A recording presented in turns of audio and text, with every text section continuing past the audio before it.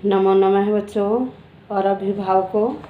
आज हम इस वीडियो में ये बनाना सीखेंगे, क्योंकि कल हमने झ बनाना सीखा था, तो आज हम इसमें ये बनाना सीखेंगे।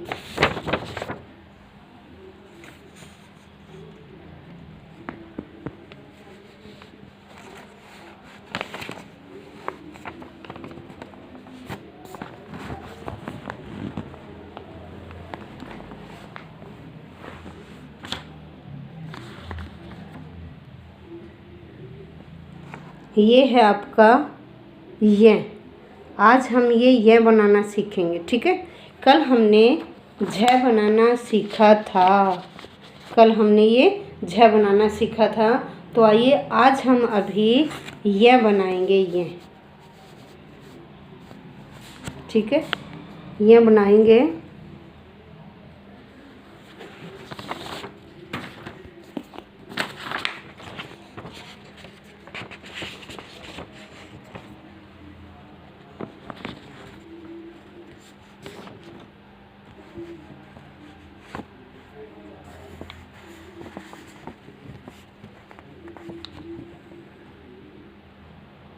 देखिए ये कैसे बनेगा।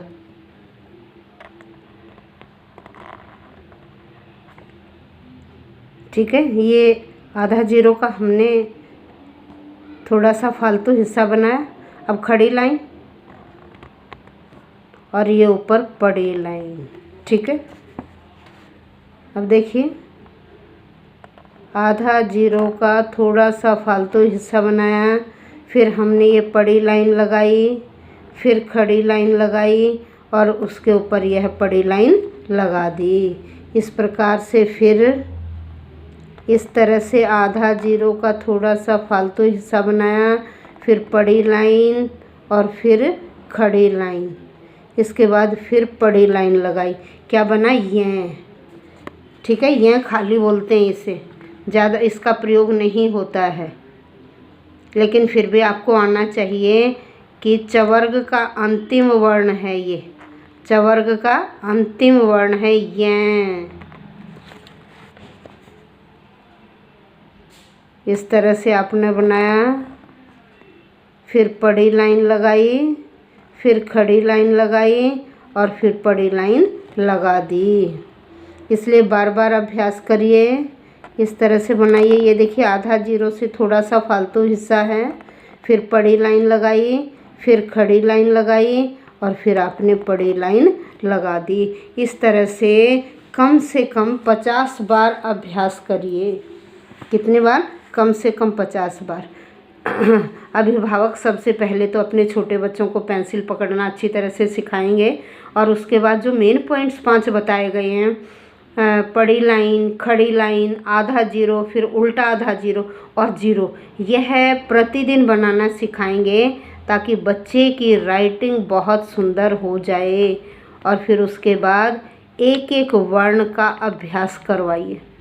ये देखो इस तरह से आधा से थोड़ा सा फालतू जीरो, फिर ये बड़ी लाइन, फिर खड़ी लाइन और फिर बड़ी लाइन, ठीक है। फिर देखिए ऐसे, फिर बड़ी लाइन, फिर खड़ी लाइन और फिर बड़ी लाइन। इस तरह से कम 50 बार अभ्यास कराइए, ठीक है।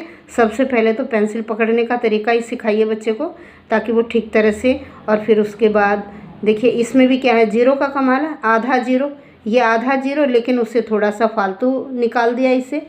फिर ये बड़ी लाइन है, फिर खड़ी लाइन है, फिर बड़ी लाइन।